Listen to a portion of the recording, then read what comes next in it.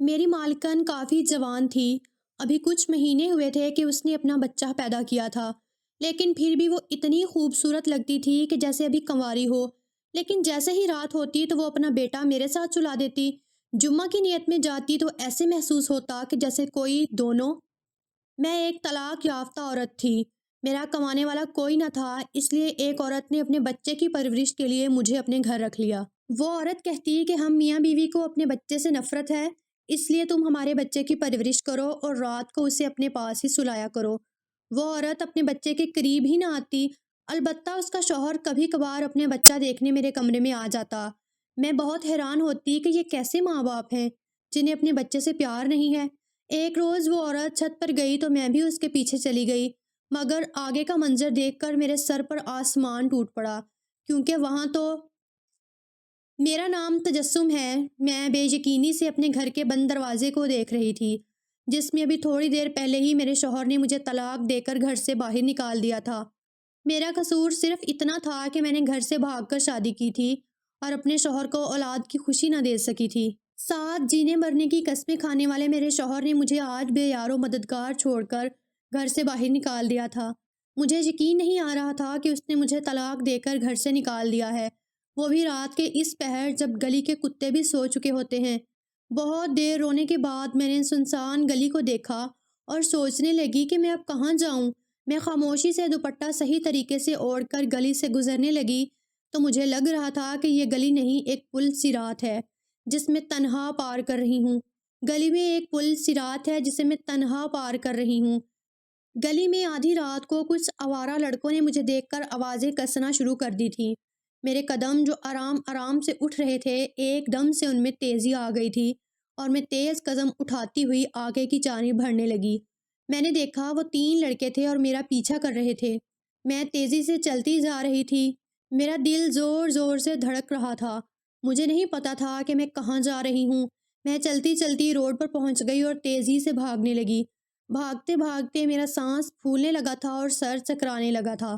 اچانک میری آنکھوں کے سامنے اندھیرا چھا گیا اور میں وہیں زمین پر ہی گر گئی۔ جب آنکھ کھلی تو میں ایک عالی شان گھر کے عالی شان کمرے میں موجود تھی۔ میرے سامنے ایک جوان عورت بیٹھی ہوئی تھی جو بہت حسین تھی۔ میرا سر ابھی بھی چکرا رہا تھا۔ میں نے اس عورت کو سوالیہ نظروں سے دیکھا۔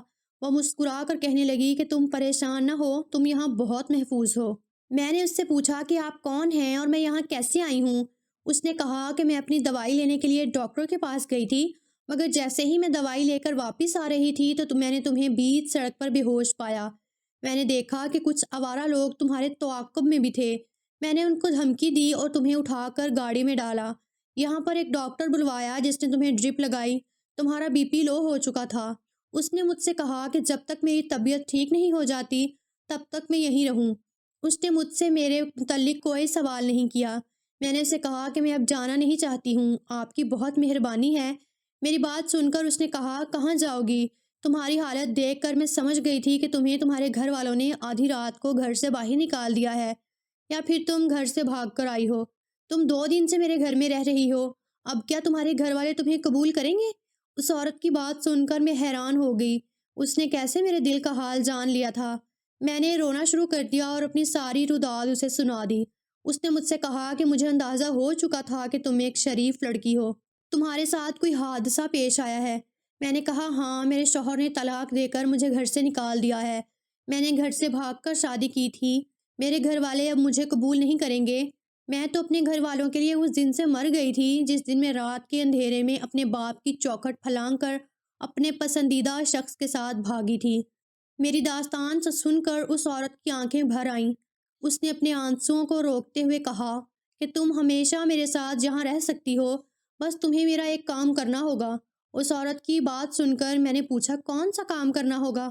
میرے سوال پر اس عورت نے کہا کہ میں تم سے کوئی غلط کام نہیں کرواؤں گی اور نہ ہی میں اس قسم کی عورت ہوں۔ تمہیں بس سارا دن میرا بچہ سنبھالنا ہوگا۔ تم بے اولاد ہو، تمہیں اولاد نہیں ہو سکتی اور میں اپنی اولاد سے تنگ ہوں۔ میں اس بچے کو سنبھال نہیں سکتی، مجھے اپنے بچے کے لیے آیا چاہیے۔ تم میرے بچے کو سنبھالو، میں تمہیں بہت اچھی تنخواہ دوں گی اور تم اسی گھر میں میرے ساتھ رہو گی۔ اس کی بات سن کر مجھے اطمینان ہو گیا۔ مجھے اتنا اچھا کام مل گیا تھا، میں نے فوراً اس کی بات مان لی اور سکون سے اس گھر میں رہنے لگی۔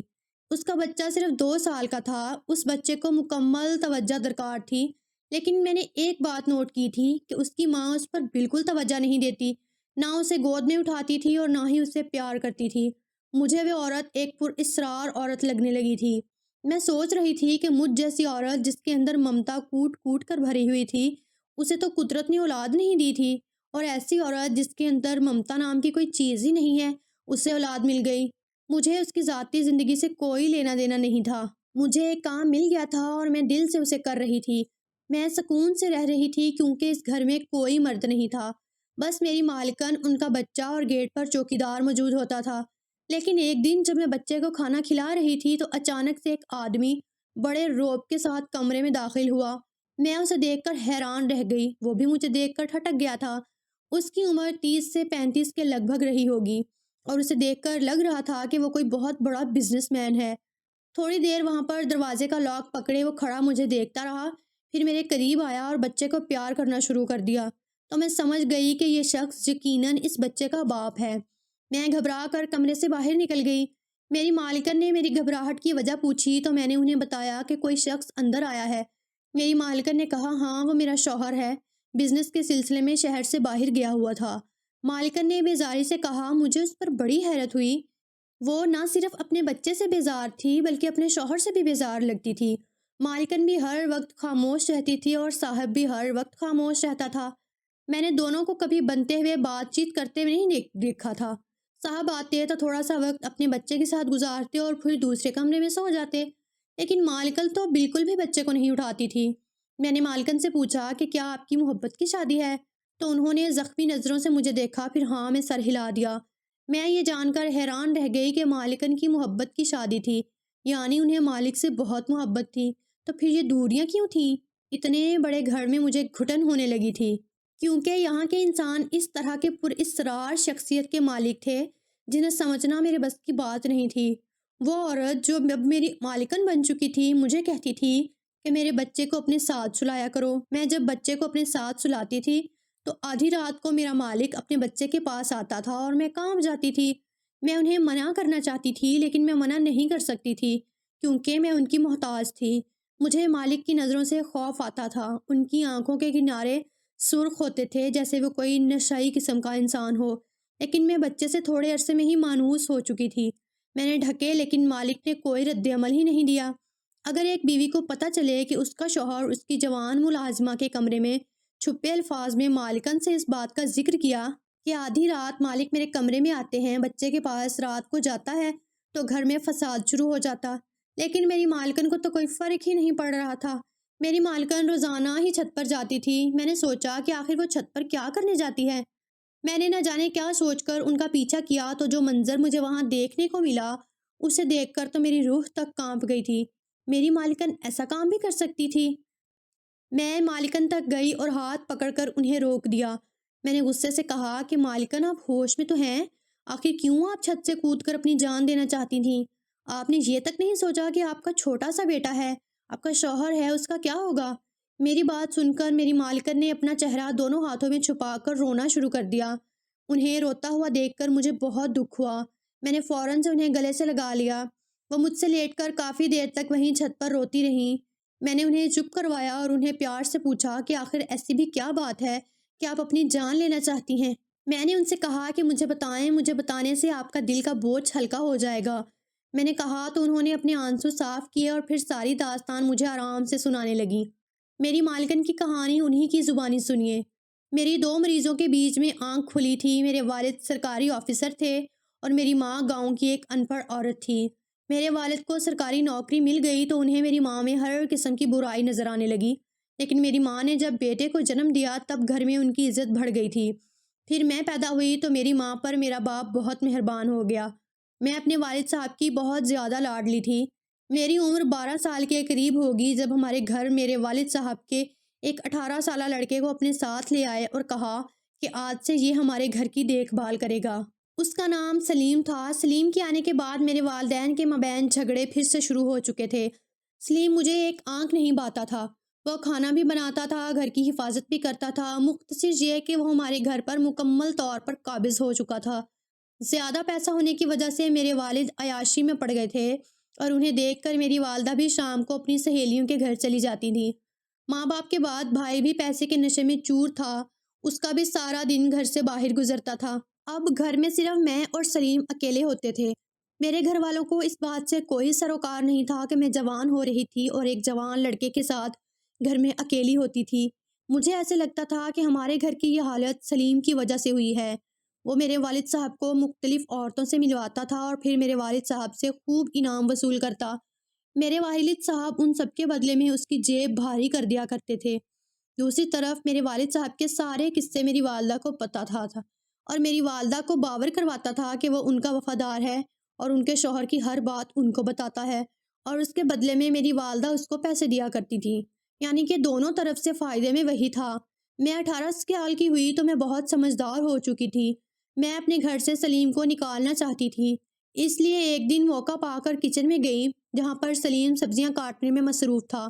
گھر میں اس وقت کوئی نہیں تھا، وہ رات کے کھانے کی تیاری کر رہا تھا۔ میں اس کے سامنے جا کر کھڑی ہو گئی اور اس نے ایک نظر مجھے دیکھا اور پھر مجھ سے کہا کہ یہاں سے چلی جاؤ۔ جیسے میں اسے ناپسند کرتی تھی ویسے ہی وہ بھی مجھے پسند نہیں کرتا تھا۔ میں نے اس کی آنکھوں میں آنکھیں ڈال کر دیکھا، اس سے کہا کہ میرے گھر کو مزید برباد مت کرو ورنہ میں تمہاری زندگی برباد کر دوں گی۔ میری بات سن کر اس نے حیرت سے میری طرف دیکھا اور کہا کہ کیا مطلب ہے اس بات کا؟ میں نے اس سے کہا کہ تم جو کھیل میرے والدین کے ساتھ اتنے سالوں سے کھیلتے آ رہے ہو، تمہیں لگتا ہے کہ کسی کو پتہ نہیں چلے گا، لیکن مجھے پتہ چل گیا ہے۔ اس نے کہا کہ ایسا بھی کیا راز تمہیں پتہ چل گیا ہے؟ اس کی بات سن کر میرے چہرے پر طنزیہ مسکراہٹ آ گئی اور میں نے کہا کہ تم اچھی طرح سے جانتے ہو کہ میں کیا بات کر رہی ہوں۔ میں کہیں آخری وارننگ دے رہی ہوں کہ میرے گھر سے چلے جاؤ۔ میری بات سن کر اس نے بڑے غور سے مجھے دیکھا اور پھر کہا کہ بہتر یہی ہوگا کہ تم اپنے کام سے کام رکھو اور مجھے اپنے کام کرنے دو۔ تم نے میرے کام میں خلل ڈال دیا ہے، مجھے کھانے بنانے ہیں، جلدی جاؤ یہاں سے۔ سلیم مجھ سے بچپن سے اسی انداز میں بات کرتا تھا کیونکہ جب وہ اس گھر میں آیا تھا تب میں بچی تھی اور وہ آج بھی مجھے بچی ہی سمجھ رہا تھا، لیکن آج اسے اندازہ ہو گیا تھا کہ میں بچی نہیں رہی ہوں۔ میں نے اس سے کہا کہ تم نوکر ہو، نوکر بن کر رہو، مالک بننے کی ضرورت نہیں ہے۔ میری بات سن کر اس نے مجھ پر غصہ کیا اور مجھے ایک تھپڑ دے مارا۔ میرے سر پر آسمان گر گیا۔ میں نے حیرت سے اس کی طرف دیکھا اور اسے کہا کہ تم نے مجھے تھپڑ مارا ہے، تمہاری اوقات کیا ہے جو تم میرے گھر میں مالک بنے بیٹھے ہو؟ میں اس پر شدید غصہ کر رہی تھی کہ اچانک میری نظر اس کے ہاتھ کی طرف چلی گئی۔ اپنی چھری اٹھائے اور کشنگ والی سائڈ سے بہت مضبوطی سے چھری کو پکڑ کے رکھا ہوا تھا اور اس کی ہتھیلی زخمی ہو چکی تھی اور اس کے ہاتھ سے خون رس رہا تھا۔ مطلب یہ کہ جس ہاتھ سے اس نے مجھے تھپڑ مارا تھا اس نے اپنا وہی ہاتھ زخمی کر لیا تھا۔